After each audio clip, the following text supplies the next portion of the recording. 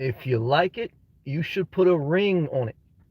That was a song that Beyonce had sung that if you like a woman, then you should commit and put a ring on her finger, signifying that you are ready to marry her. Now, ironically, years later, she said that she would have gotten a divorce if it wasn't for the kids. She stayed with her husband, Jay Z, for the kids. That's out of her own quote, basically. So, what can we learn from that? Someone who was asking for commitment and then suffered for it and only stayed in commitment for someone else. We can learn that whatever you're willing to commit to is what you are willing to suffer for. I've tried to build my life as I get older to suffer less. Well, to be honest, I tried to get around suffering completely. I don't want to feel pain anymore. However, I'm an optimist, but I'm also a realist. And what I figured out, especially through my low points, because in life you have highs and lows. There's no life that you can design that's all highs and no lows. So you're going to feel times where maybe it's a couple days, couple weeks, or whatever, that you're down in the dumps, that you feel sad, anxious, worried, etc. But when I'm down now, at just about 40 years old, I reflect on life, and I don't have a misunderstanding of life. Okay. I've always had a somewhat of grasp on life, but I'm still human, so I still feel pain, sadness, depression, happiness, joy, excitement. Part of being a human is you feel all the emotions, good and bad. Okay. And someone who is fair can recognize that. And you also got to recognize that suffering, pain is part of life. What you need to do to create your best life is to figure out how you can suffer less and what you are willing to suffer for. Whatever you commit to is something that you're going to suffer for. You're going to suffer regardless. So what you're trying to decide is, what do you want to spend most of your time, energy, and resources on, because that is what you're willing to sacrifice for. Okay. Now, for some people, that is a marriage. Okay? For some people, that is children. Okay? For other people, it may be a career. For other people, it may be a creative venture. For some people, it may be fitness. There's people that get very extreme with fitness. They want to be bodybuilders, and they go to another level, nutritionist. There's some people that are they want to help others. They want to help society. Some people that are political. So, it's like, if you're going to run for office, you're guaranteeing that you're going to suffer for that political position, whether you're running for the HOA president in your community or the president of a country. However, you've said that fulfills you enough that you're willing to suffer for.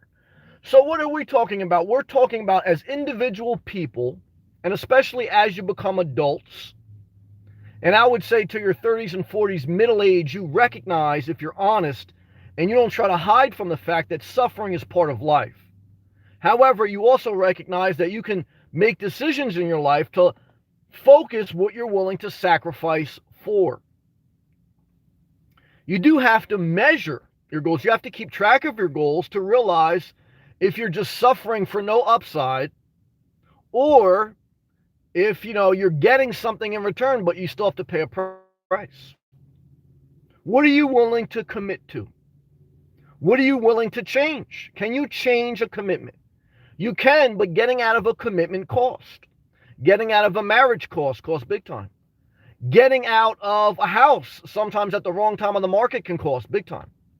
However, I've heard people that have gotten out of a marriage, that have gotten out of a situation, that they said it was worth their peace of mind. They lost financially, but it was worth their peace of mind. Recently I was reading, like last week, there was a oil company that decided to pull out of an investment. They lost $3 billion.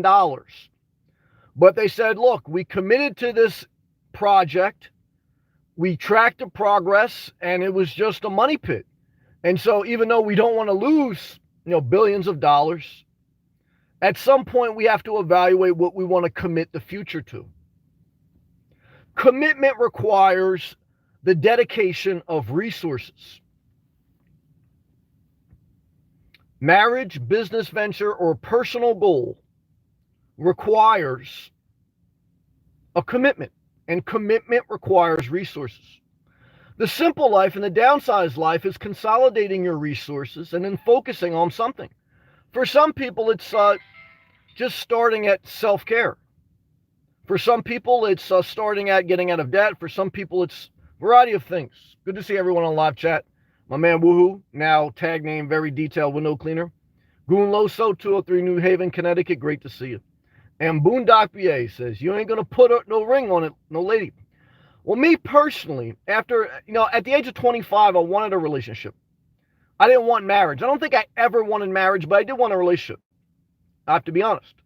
And some people's heart I broke, and sometimes I got my heart broken. When you get out of a relationship and you get burnt, remember, I guarantee you there's at least one person that you broke their heart. So you say, no, that's not true. What about the big nasty person? Ugly person. They kept calling you. They kept asking to go out and you just kept dodging their calls. So a fair person can say, look, I have felt pain and I have given pain. None of us go through life without feeling pain and giving pain. Why? Because we're all human.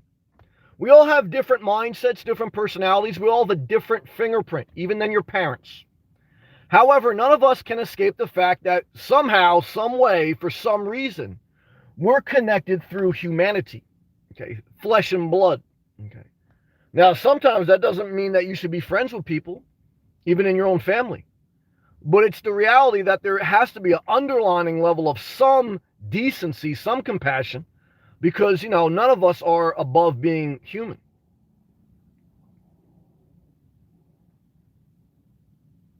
And through your human experience, and someone asked me the other day, like, Sam, well, were we caught in the Matrix?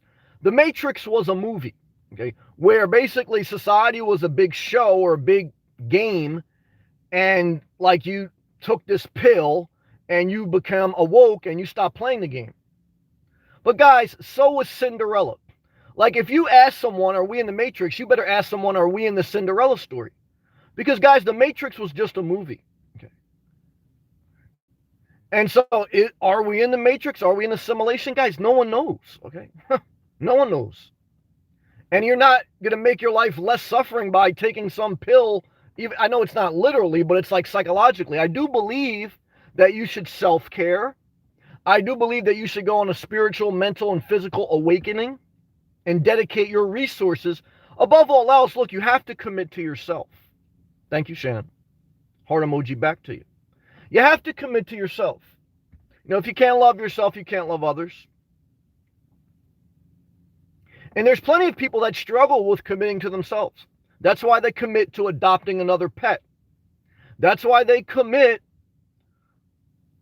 But I don't want to say that roughly, because again, we're tied in through humanity. I understand the pain of life. I struggle with things. I have failures. I have downtimes. But what I could tell you is, I don't know. Like I think about that sometimes. Sometimes I'm thankful that I grew up. My mom struggled with her weight. My father was very in shape, but he struggled with his stress. He was always high, very particular. Like particular about his weight, particular about cleanliness. And, my mom, her gift was the gift of love and compassion, but she wasn't very, diligent with balancing her diet and other things. When you err on the side of grace, of compassion. Now, again, does that mean you should take someone's crap? No, but you have to eliminate them out of your life then. Because sometimes people are not mature enough to be in your life. A spiteful person, you should never commit, never, putting that in all caps and tattoo it on your mindset. You should never commit to a spiteful person. Because the day will come in the relationship, just like it came in Beyonce's relationship where Jay-Z cheated on her. And you're going to have to realize, are you willing to suffer for this relationship? You should never suffer for anyone who's spiteful. Why should you suffer for someone who is spiteful? They'll bring you more suffering. Now, should you suffer for someone who's compassionate? Well, hey, look, maybe a little bit better off there, but it's not easy deciding who we're willing to suffer for. I really don't want to suffer for anyone. I mean, that's why I got to be by myself, because I'm trying to keep it together for myself. But again, this is just my journey, right? Some people, they're better in relationships, they're better in houses. I struggled with that lately. I go through my ups and downs now, my third year on my nomad life, and I've reached my goals. Well, 2 out of 3. 1 was cut my bills in half. 2 was move to Florida. 3 was retire early. So the third goal of retiring early is just very hard to obtain, because it's like, you pretty much have to work till you drop unless you have income you can count on. And without doing it, I don't have that. So, but whatever it is what it is. But so now I say to myself, is it worth committing to Florida as far as putting a ring on it by buying property? I know it will bring suffering. I'm an honest person. I know the minute that I sign documents to commit to buying a property, there's going to be suffering. There's going to be suffering through the loan process, suffering through the closing process, suffering through there'll be some level of maintenance no matter what. Even a travel trailer requires maintenance. Even an RV lot. Now, not much. Now, there'll also be joy. Sometimes we get caught in our own downward spiral mentally, that we focus on all the bad things in life. And we forget, and that's true. I don't try to deny that, but there's also some good things in life. I have to really pull myself back when I go down a deep depression or a deep level of sadness. Okay. Sade had a song, said she was the king of sorrow. She was so empathetic that she felt the sorrow of the world. And she said she had already paid for her future sins through being empathetic.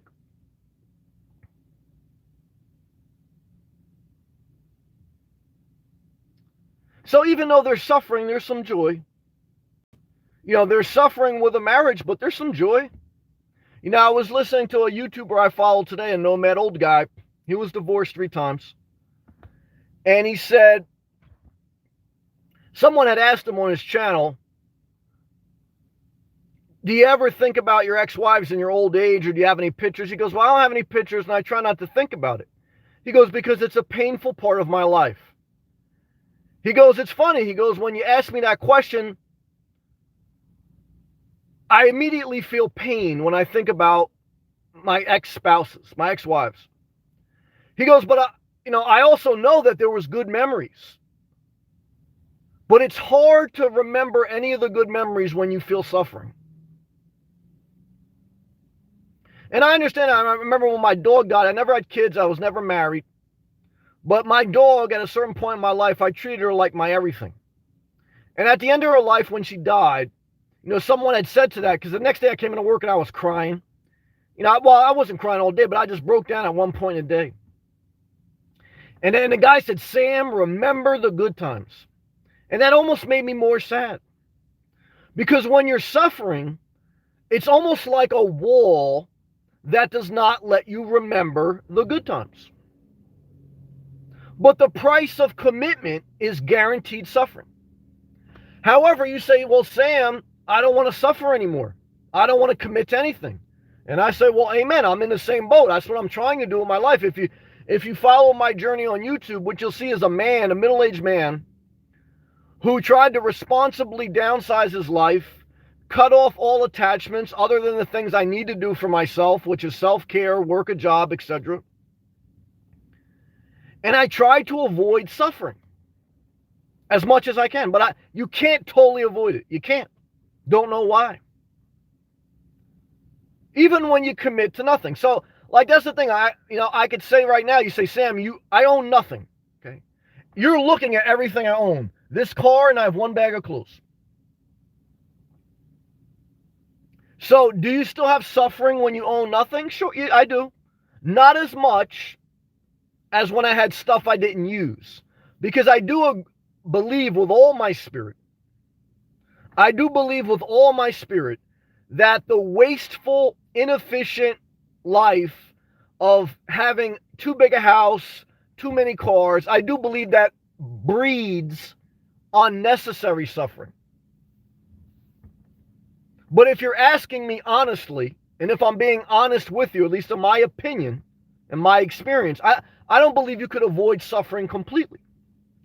So then, if we're having an honest conversation, we have to ask ourselves, what are we willing to suffer for, and what makes our suffering manageable?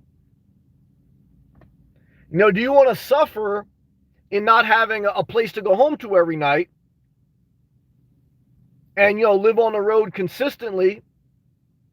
Or do you want to suffer with some maintenance, some extra bills, and have a place to lay your head every day? I can't tell you there's a one way or the other to do it. That's a question that all of us have to pose to ourselves. That question will get also posed when it comes to relationships. How many people, whether friends or lovers, are you willing to allow in your life that you're willing to suffer for? Because even a platonic relationship, meaning non-romantic, doesn't even have to be the opposite sex or, just a friend. Every friend you have in your life, you're going to suffer for them because you're committing to them. And there's no perfect person. Now, there's people that make you suffer unnecessarily. Those are the type of people you should cut out of your life, because your life is hard enough without having your inner circle beat you up unnecessarily. And who gets to determine who's in your life? You do. See, as an adult, we have a lot of bad parts about adulting, a lot of responsibility, a lot of burdens, and it can beat a lot of people down that they don't want to be an adult anymore. However, just remember, when you were a child, it wasn't fun either, always having someone else rule over you. So be honest about life. So once you commit to adulthood, then you have to say, well, look, life's hard enough. I have to be very conscious of who I allow in my life, because I have to hold it together for myself first. Your inner circle should always be small, with regular friends and with lovers. You have to have a small circle, because whoever you commit to, you're suffering for. You're going to deal with, they're going to have a bad day, and they're going to need to share it with you. When someone shares their bad day, does that make your life better or harder? Well, sometimes, to be honest, we like to hear when someone else is having a bad day, because it makes us feel better that at least we're not alone. And, human nature is we like to hear a little bit of drama, not our own. Okay, that's why when you're driving, and I see it because I'm on the road all the time, when you're driving and someone's pulled over on the side of the road with a cop, that's why a traffic jam stops. A traffic jam starts just because someone's pulled over the side of the road. It has nothing to do with them, but they like to look at the drama. But however, if you hear too much drama, too much negativity, it'll even if it's not about you, it will start to negatively affect you. Like sometimes, even when I talk to my mom, and I love my mom, no one has suffered and sacrificed more for me than my mom. But sometimes if I hear too much stuff, it's like too overwhelming even for me. I can't take it. You got to have boundaries. Like I often say, like even if you were living with your mom or living with a family member, you have to have separate spaces. You have to have separate doors. There's an inner sanctuary that each person needs. Now, married men call it a man cave. Okay, it's usually in the basement. But there is a sanctuary somewhere in life, whether it's in a parking lot or in your 2-bedroom townhouse. There's some place that you have to go to process the suffering of life and to regroup so you can fight the battle again. The hard part about life is sometimes it feels like the battle will never end, and it won't. Like, it's just what it is. It's part of life. Can life get better? It can. Can it get worse? It can. We take life one day at a time, one step at a time. We try to stay physically active, keep our mind going, try to eat healthy. That's committing to yourself. Self-care is the ultimate commitment to yourself. Because, you're going to suffer for your best life. For getting, every time you go to the gym, what are you doing? You're making your muscles suffer. There was a quote I was reading when I was like, trying to get out of obesity. It was like you either suffer the pain of discipline or you suffer the pain of regret. So like every day I go to the gym, even though I feel better when I get out, I suffer mentally going there and getting in the gym. And I thought that I would suffer less when I didn't have a house because I'm like, well, I'm already on the road. That will like push me more. And it does. But I still suffer. I feel better when I get out. So that's the blessing of discipline. So if I didn't go to the gym, I would feel better initially, but then I would suffer because I wouldn't feel good. And I would, even if I ate healthy, you have to have a little bit of resistance put on your muscles, a little bit. And the less as you get older. So we can't get around suffering. Just can't do it. I wish we could. I often said, look, guys, I try not to question God, but if it was up to me, I mean, I don't know why we have to suffer through life. It's just like, to me, it's pointless a little bit. And even in the Bible, this is all biblical. They said the same thing. They questioned God, even the people who supposedly wrote the Bible. So it's like, we don't have the answers. I don't know what to tell you. What I know is that you're going to suffer no matter what in life. You can make your life better. So when it comes to putting a ring on it, and that basically is a parable for what should you commit to. When you put a ring on something, whether it's a girl, guy, or a house, or a state, or a job, when you commit to something, you're going to suffer for it. Do you suffer for your job? Yeah. Guys, every day, like, when you have to show up, when you have to deal with someone at your job or deal with something you don't like or the anticipation of tomorrow, they're suffering. However, there's a reward when you get your payday and when you feel like, you have a level of independence.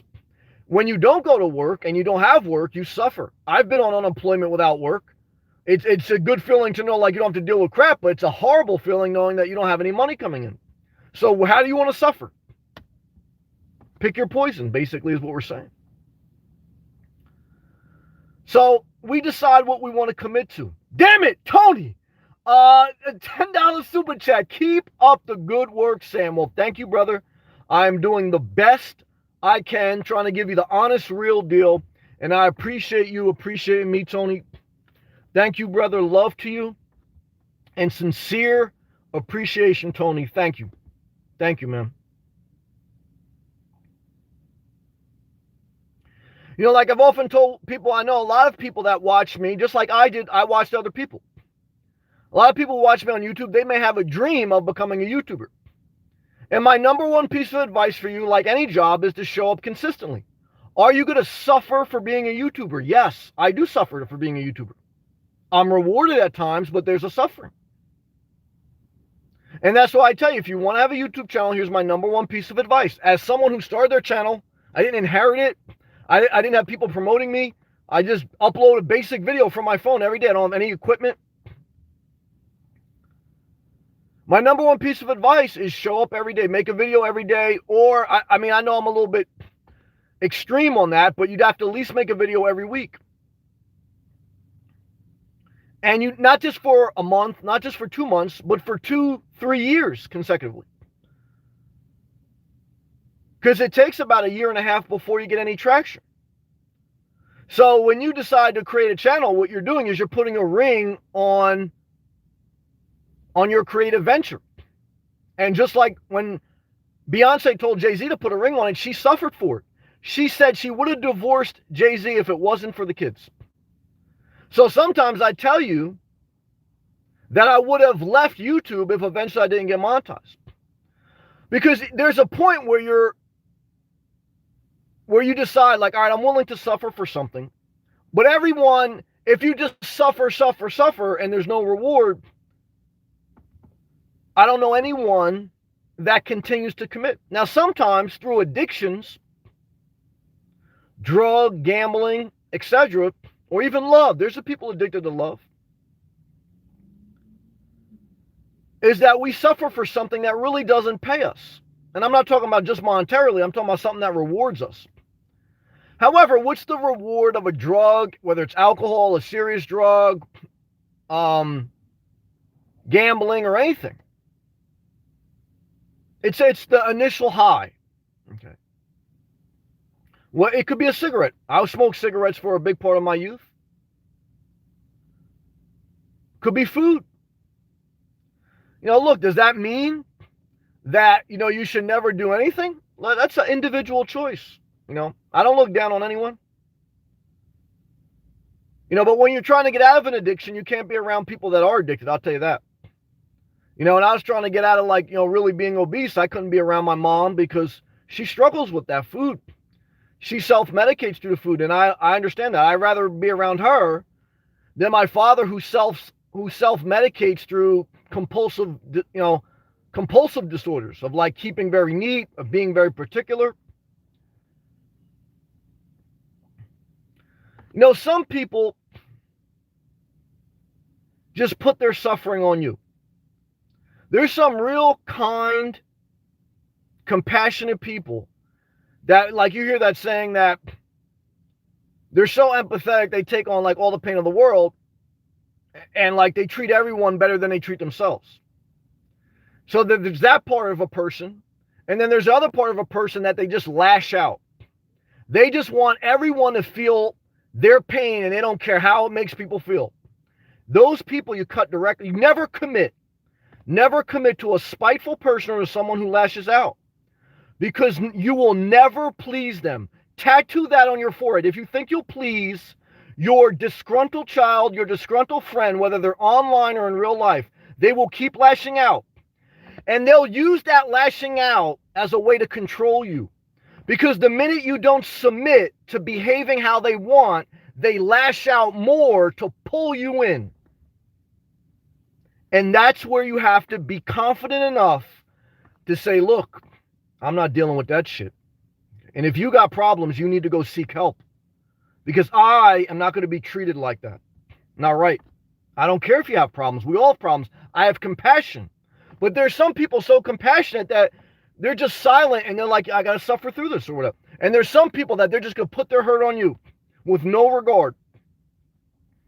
And that's a negative road, man. Really negative. They don't get what they want. They control through spite and outlashes. Never be around those people. Because if you commit to the wrong thing or the wrong people, you have no reward. Like sometimes if you commit to someone and like they mess up or they're human or we're all human, look, you're willing to deal with, you still get rewarded through other ways. Okay. And you know what? You say, I'm willing to deal with it. However, when you commit to a dysfunctional, unhealthy, toxic person or environment, you are basically signing up for all suffering and no reward. It's a bad way to live life. And life's hard enough. Try not to make it harder on yourself. That's my message tonight. I hope it helped. And that's how I feel. So I'm just speaking my soul. And that's what I'm going to do. And I appreciate you, Tony. Thank you again for that generous tip. And I thank you. I'll take a hydration break where we read all live comments and we'll go from there. I appreciate, too, if you guys click that thumbs up. Thank you. Very detailed window. Woohoo. What's up, man? Shout out to Detroit. Goonlo, so shout again to Connecticut. Good to see you. Boondock BA says, yeah, he don't want to put a ring on anyone. I'm not mad at you. Shannon, hey, Shannon. Juliano, shout out to Australia. Hello, Sam. Hope you have a good weekend. Overall, it was a good weekend. It's beautiful weather in South Florida. I was active. I went to the beach. I did the things I wanted to do. A little bit of mental suffering. Because you just go through ups and downs in life, part of life. But overall, I have a heart of gratitude for all that I do have. I just, when in doubt, I focus on self-care. When you're lost and when you don't know what to do, you focus on self-care. And I'm trying to tell you, that'll keep you busy all day. Doing your laundry, working out, going for a walk. It won't relieve all the suffering, but it will direct your energy to stay focused. Because the worst thing you can do is just lay in bed. That's true. Jennifer. Good evening, Sam. Just tuned in. Well, thank you, Jennifer. Lale Kizak. My friend Kyle has stress because of seizures, mild, strong ones. Stress is a killer, man. That's the other thing. Like a lot of times I talk about self-care because, again, whatever I'm sharing on is something I'm trying to focus on myself. Stress, you can be in great shape physically and people can see you and say, this person looks like a bill of health. Stress is something that really can't physically be seen all the time. There's people that are very skinny or that look very healthy, but there's a level of mental stress that can totally manifest through other physical illnesses. I shared a post about that today a little bit. And of course, a Caesar, I saw someone, or I know a barista who works at Starbucks who has, what does she call it? She has some type of illness where she gets seizures and she can't drive. I forgot what they call it. My mom dated a guy like that once. Epilepsy, maybe, something like that. And so she can't drive. Epilepsy, thank you, Tony. So she can't drive. So I know sometimes when I come in, she's a little bit down. I don't know if it's because of that or just life. Again, you can have ups and downs in life. But there was one day I came in and I said, look, you're young, you're working, you're getting income, you don't have a lot of debt, you don't have any kids, you don't have a lot of responsibilities. So in one sense, there's many people that may come into Starbucks throughout the course of the day where they have a lot of burdens. And they may look at you and they probably envy you that, you have a lot of options in life. You have a lot of hope, your youth, your flexibility, your outlook. And it encouraged her. She goes, well, I really need to hear that. Well, I said, that's how I really felt. And so how does she get around epilepsy? Well, one is she shows up. She works like 6 days a week. I give her credit. One day she did have a seizure in Starbucks. I wasn't there, but I came afterwards. And I said, well, what was going on? Because it was like you could tell there was a little bit of commotion. And that's when she had told me. She had got a seizure and she felt bad because sometimes she feels like a burden to her family and to her coworkers. But she doesn't have it much. She's a very diligent worker.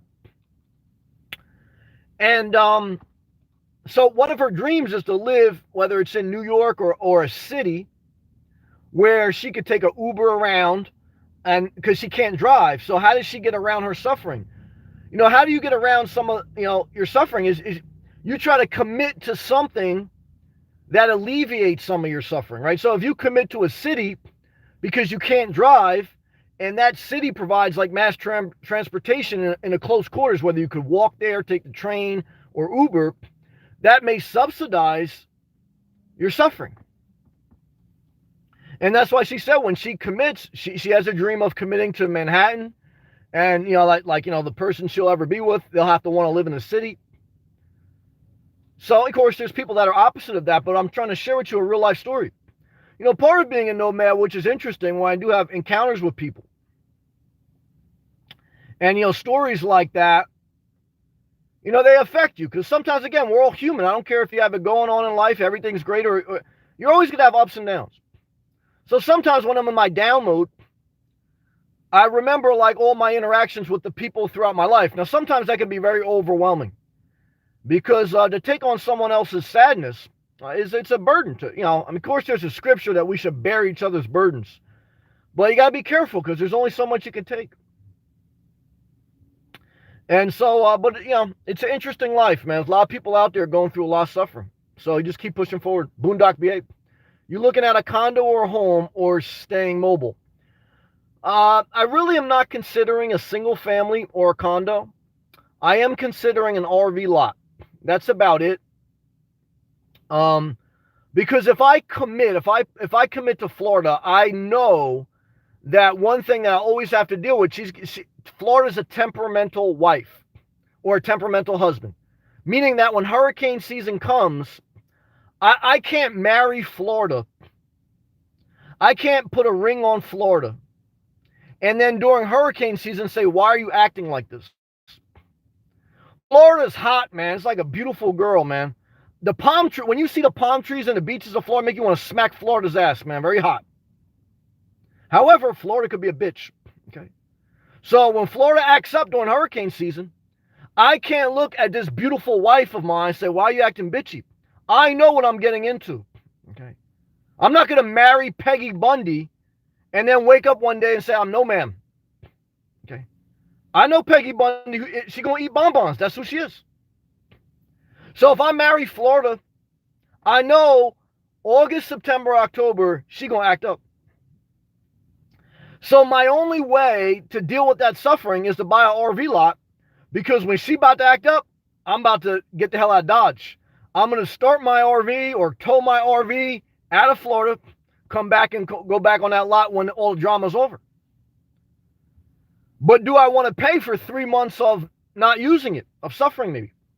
I may eventually, I may. If I can get it below my means. But I'm going to suffer for it. If I buy property, I know from the day I sign the paper, because I've already been there in life, and I know my personality. Knowing yourself is the key to all decisions.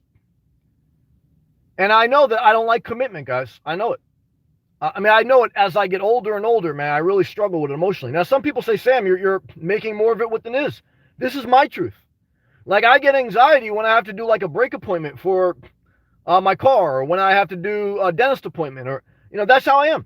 I'm not saying like, I remember watching Bill Parcells. He was a famous football coach. Great football coach.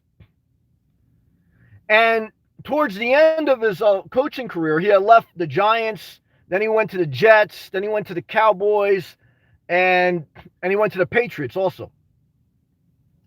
And towards the end, when he was jumping around, they had asked him, like, why do you keep jumping around?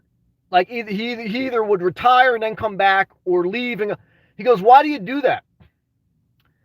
He goes, it's hard to explain to you, but I have something in my mind that won't turn off. He goes, once I commit to something, I obsess over it. And it makes me suffer. He goes, at the same time, that's also what makes me good. Bill Parcells, one of the greatest coaches, he said, part of his personalities was when he commits to something, he obsesses over it. That's what makes him suffer, but that's also what makes him good. When I was speaking to my mom today, she was saying, like, it's just a tough part of life as you get older, especially elderly. And in your 70s and up, I'm talking. If you make it that far. Average life expectancy is 80. And so she was like, Sam, toughest part at this point in my life is just I don't want to worry anymore. And she goes, when you're a mother, you never stop worrying. There's just something you can't turn it off. And I appreciate that after I got a dog, because I felt like a parent. So I understand how that is.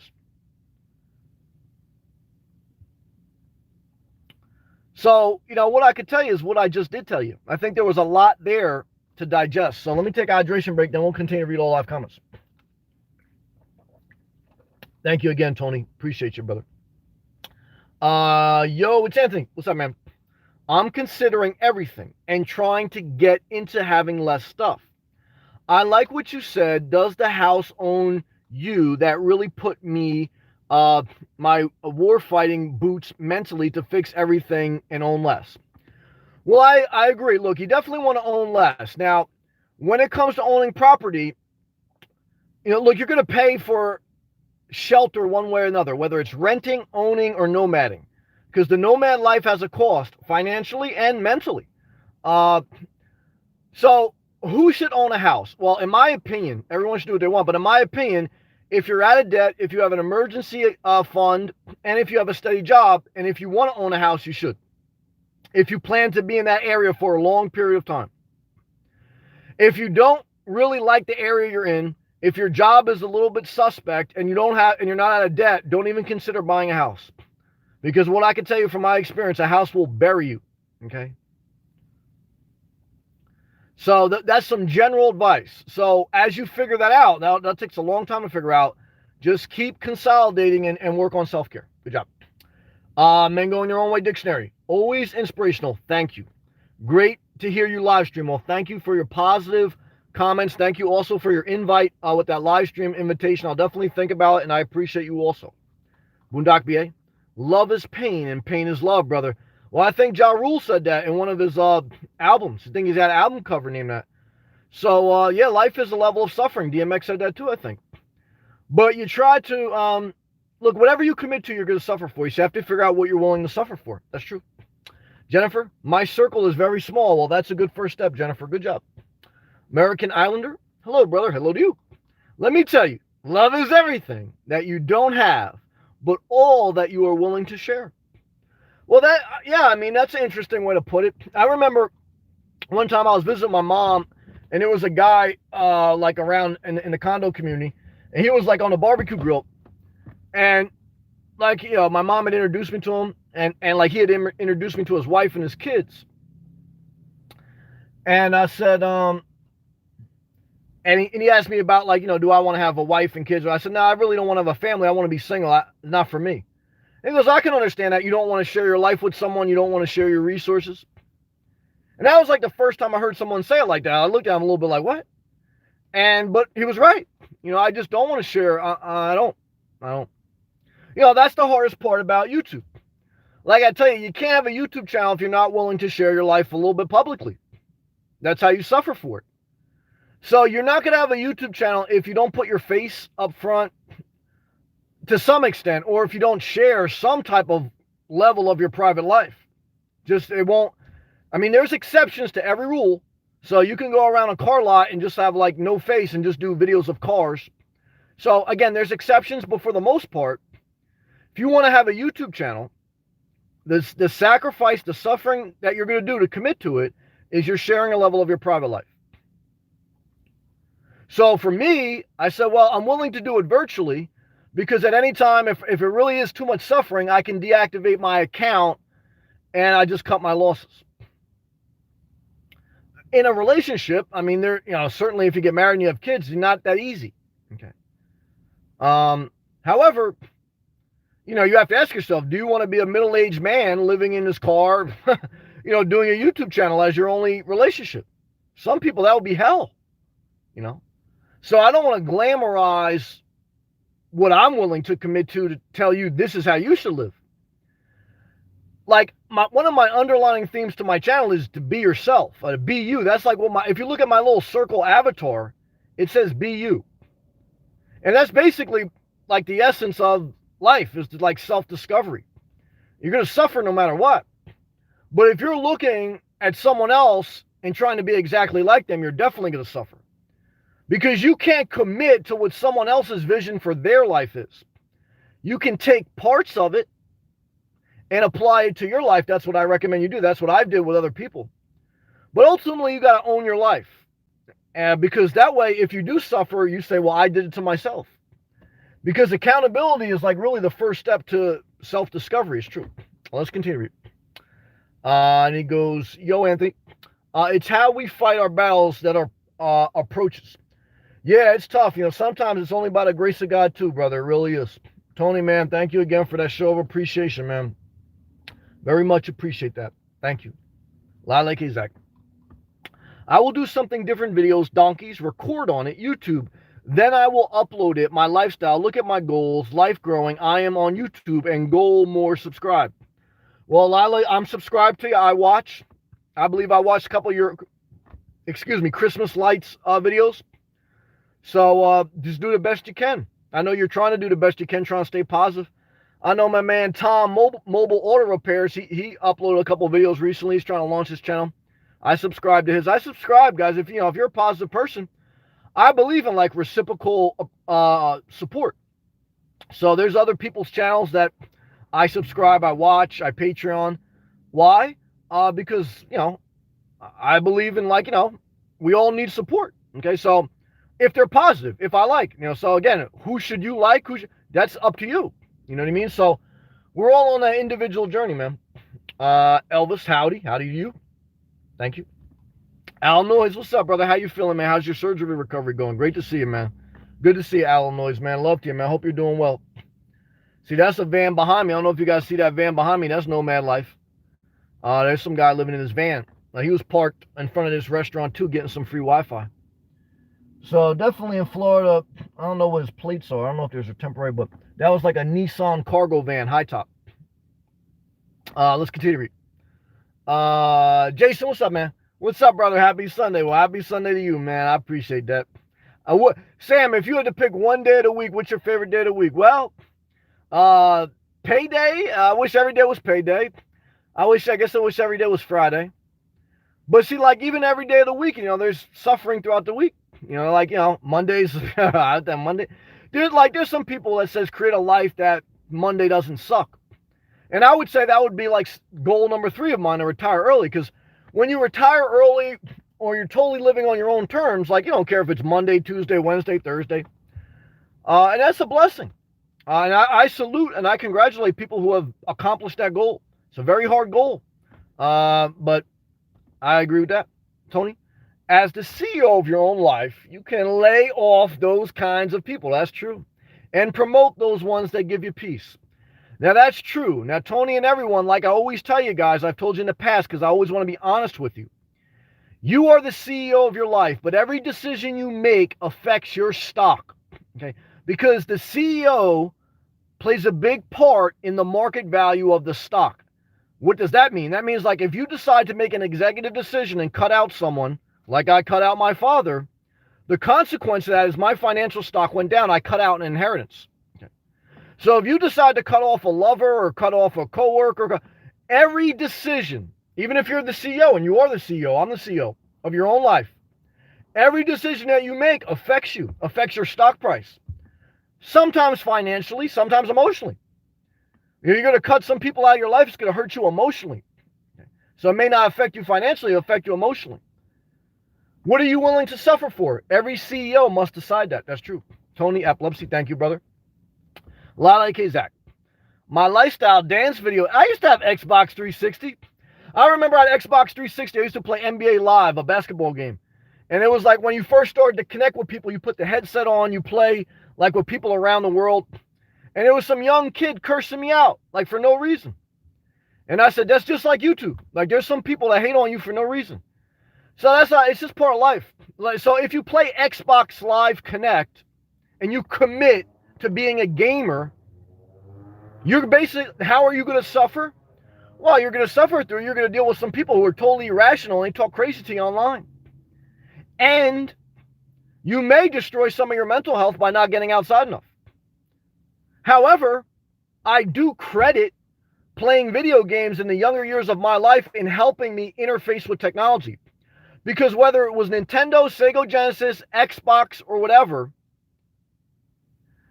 video games are your first interaction interfacing with technology. And we're in a technology era. So playing with a phone, playing with your video games is thumbs up in my opinion, because it helps you interface with technology.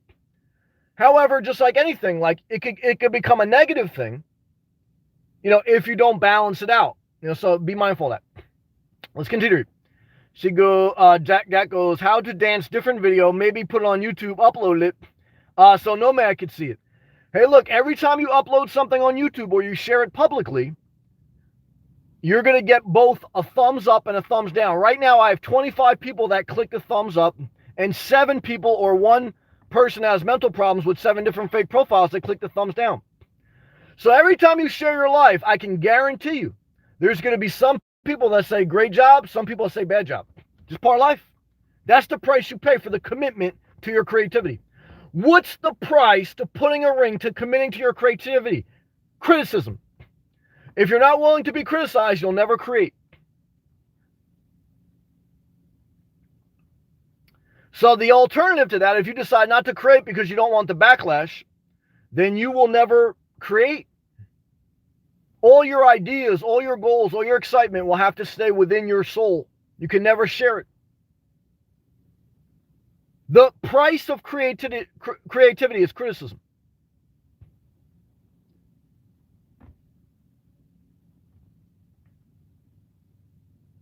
There's some people that refuse to use their creativity because they got criticized. Like there was this one guy that used to get trolled all the time. And come to find out, some of his trolls were people who had failed YouTube channels. So they poured out their hate for their own. It was basically self-hate. They poured it onto someone else's channel. It's just like a child who blames their parent. It's like, look, sometimes I look at life, I say, man, I don't know if they really did me a favor by having me. But I don't, what can you do by blaming? It's not going to get you anywhere. There was a time where I was like trolling Bob Wells. I said, Sam, what are you doing? You got to get away from this.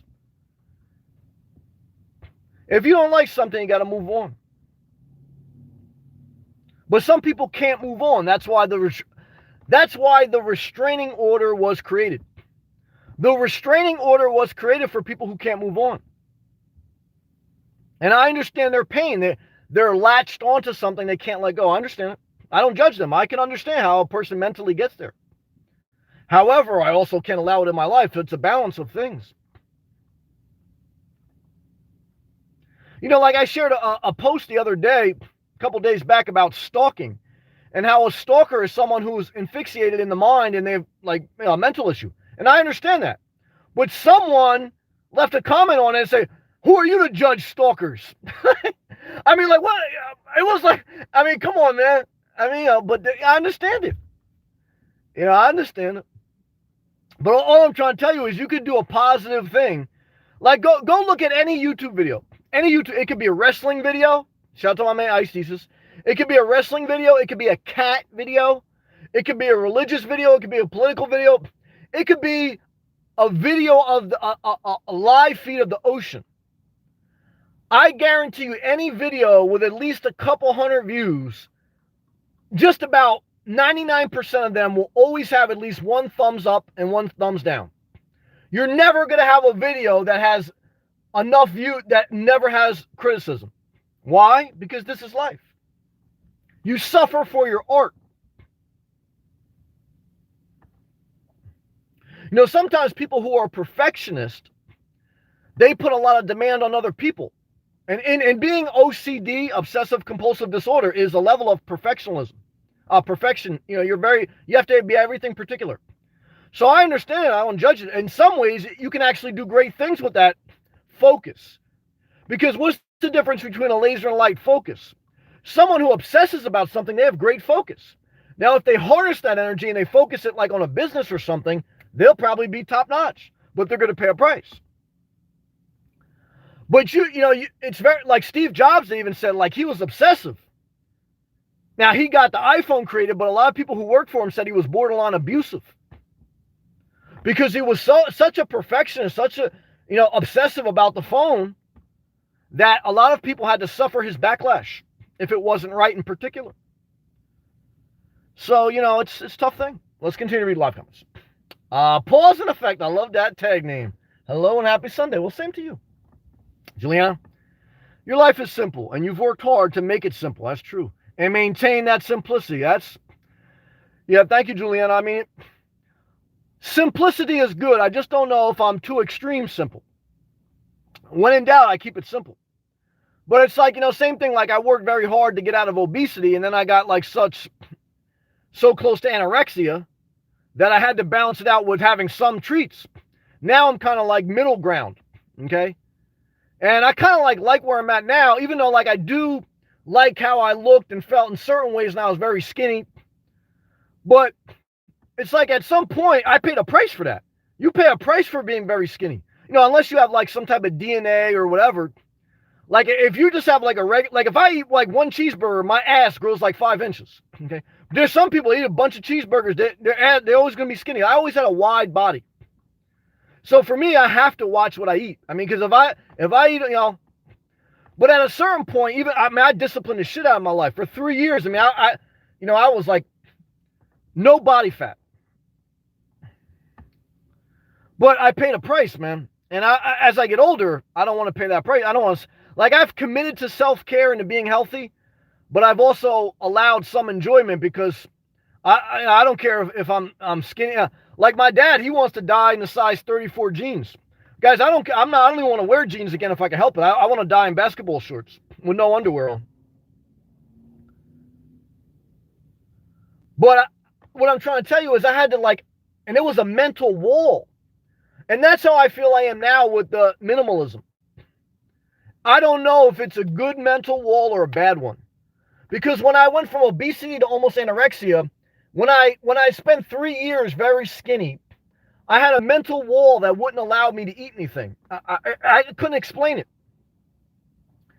And now I've been 3 years living the nomad life, living out of my car in one bag. I'm trying to determine, am I at another mental wall where am I serving my purpose or suffering unnecessarily to keep things simple? Because I am starting to feel like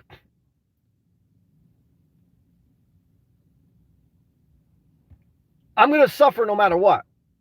Now, I still say, well, maybe I'll suffer a little bit less, keeping it simple. I don't know.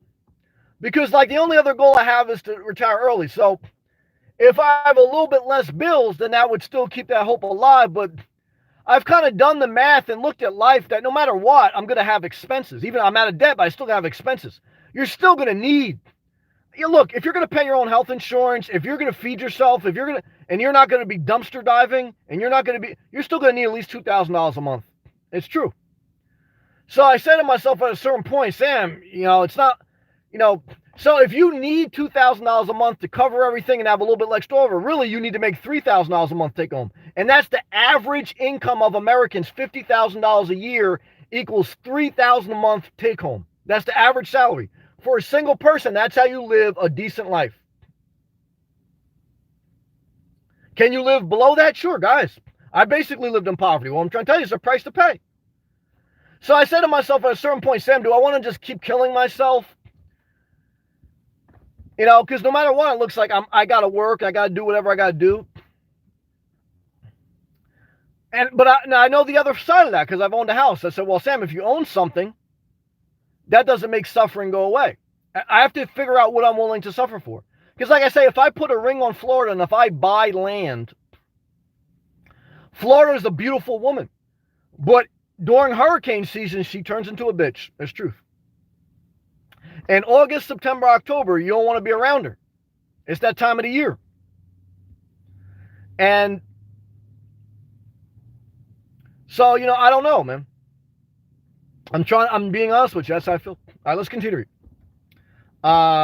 Rick, good to see you, Rick. Intermission. Hey, no, man. What's up? Great to see you.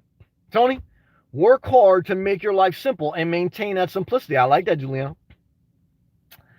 Juliano, Sam has worked hard to simplify his life at Tony, and I can fully understand why he is hesitant to commit again.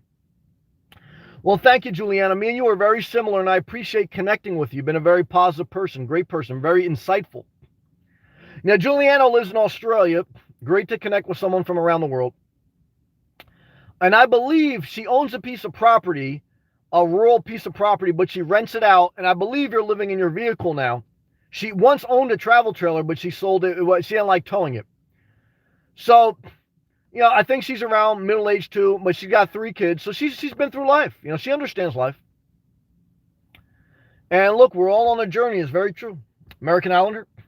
He goes, 1 Timothy chapter 5, verse 8, from the New International Version. Anyone who does not provide for their relatives, and especially for their own household, has denied the faith and is worse than an unbeliever. Yeah, well, that's also before they had Social Security and Medicare, because if you keep reading the Bible, it also says slaves should obey their slave master and that women shouldn't speak in the church. So you could pick and choose anything you want out of the Bible, and you could basically say this is why you have to take care of your relatives. It could also say, like, where's the scripture that says, however you have treated the least of thee, you've also treated me. So, you could justify UBI. And you could say, look, why aren't we giving UBI out to everyone? Why aren't we doing universal health care? Really, Christianity is more socialism than capitalism. Because capitalism is, read the definition in Google, capitalism is companies operate for a profit. That's it. Christianity is how do you treat other people? That's the golden rule. But in America, we really don't look at the golden rule. We look at gold. Okay? Because what do people really think about tomorrow? They think about the stock market. They think about the economy. They don't think about, how can we make society better? On a Monday, society is not thinking about how can we help the least of thee. They're thinking about how can we get the Dow Jones to get back up? How can we make housing go up? How can we keep the economy churning? Now, I have to be fair. Capitalism has risen a lot of people out of poverty, provides a lot of opportunities. Socialism isn't totally the answer. There's a balance somewhere in between there. However, I make note because I spent 10 years in the church. I read the Bible front and back. I was a youth leader. I have my own nonprofit. Is that you can take any scripture out of the Bible and justify anything. And for a while, America justified having slaves and keeping women from having the right to vote by using the Bible. So it's all a matter of how you want to play the game. And they also keep you giving 10% to your pastor. So it's all a matter of how you want to play the game.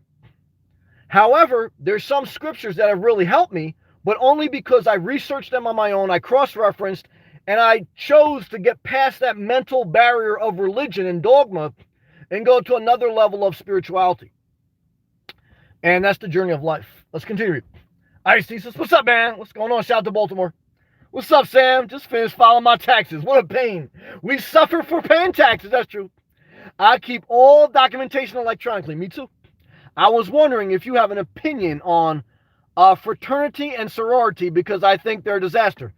Ice Thesis, I agree. I think they're a disaster, but I think people are pack orientated. So I knew a nice lady with a beautiful, nice family from my church, and she loved the sorority, and so did her husband, and they were great people. So I have known some great people that are part of a sorority, but in my opinion, it's the same thing as the RTR. It's a social event. So it's the same thing as the Gospel Fest. It's just a social event, and the masses are pack oriented. So that's all it is. But I definitely disagree with like the hazing and all that junk. I have an interview on Tuesday with a construction company. Hope it goes well. I hope it does too, brother. I'll pray for you. I was nervous, but I trusted my ability. Well, even if you're nervous and your pliers are shaking in your hand, show up every day and you'll figure it out. I am currently in school for my construction management, but starting my career early. Ice Thesis, you're a winner, and keep showing up, brother. You're going to do great. He goes, have a good night. Well, you too. I hope you're cool. It's a little bit hot tonight. And quiet environment tonight. Well, I'll be somewhere stealthing. Because if you're not, it is hard to sleep. Well, I agree, and that's why I do look at a home base. But everything has pros and cons, man. Thank you, brother. I love you. Lila Kazak. My lifestyle compromise can't control people, family life suck. Yeah, look, I mean, that's who was my man? American Islander gave that scripture about basically take care of your relatives. Now, Lila, see, here's the opposite of that. Lila's living with his relatives, and it's a complete disaster. And so, you don't want to go in a dysfunctional family's house and start quoting scripture about take care of one another. Because let me tell you something, complete disaster. I believe in divorce, especially if the husband is smashing dishes and it's a disaster. Get the hell out of it. Get the hell out of there. Okay. Get the hell out of any unhealthy relationship. Never look back. So it's true. One day, stalking, walking around, people neighbor house. And the other thing too, to be fair to the men, if you're a woman and you know the man cannot mentally handle another child, stop having kids. Because I'm fair, my father was a prick, okay, and my mother was very loving, but I think my mom also knew that, well, my father too, he should have got a vasectomy, he didn't want to get one. And eventually my mom tied her tubes. But look, after you had a couple kids with the same guy and he's only getting worse, it took both to tango, okay? Both. It took the man and the woman. And what I can tell you is, now everyone's got to suffer for it, okay?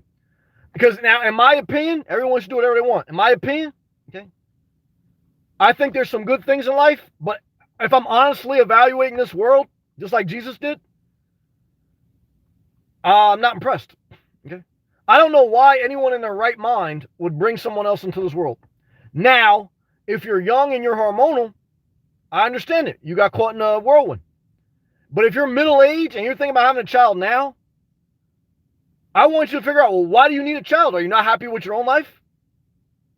Like, there's some people that say, Sam, well, you have a child, so they take care of you when you're older. Oh, so you basically want to give birth to an indentured servant. You're having kids just to take care of you? I don't know, man. It's a vicious cycle, I think. So what's the answer? Well, I can't wait till the robots take over, to be honest with you. But it's getting late, and I digress. One day stalking around a neighborhood house, so I was close to get caught by cops. So I was idiot because I was keep doing that in the past, 2003 and 5. Well, thank God it's 2020, Lila, and you ain't get locked up because you don't want to be locked up. So I love you. I love everyone. And Tony, I thank you for that tip. I thank you for everyone who watched. I thank you for everyone who took the time to click that thumbs up button.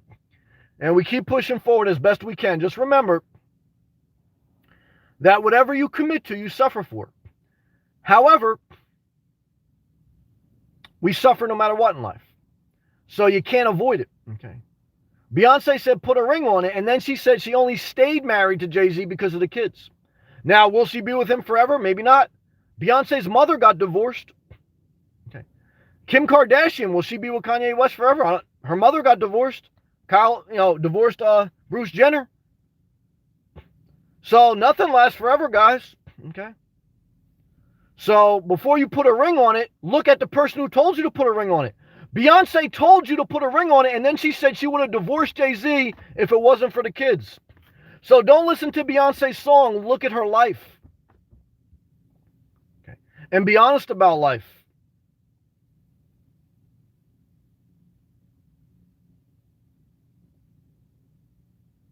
And do your best to live your best life.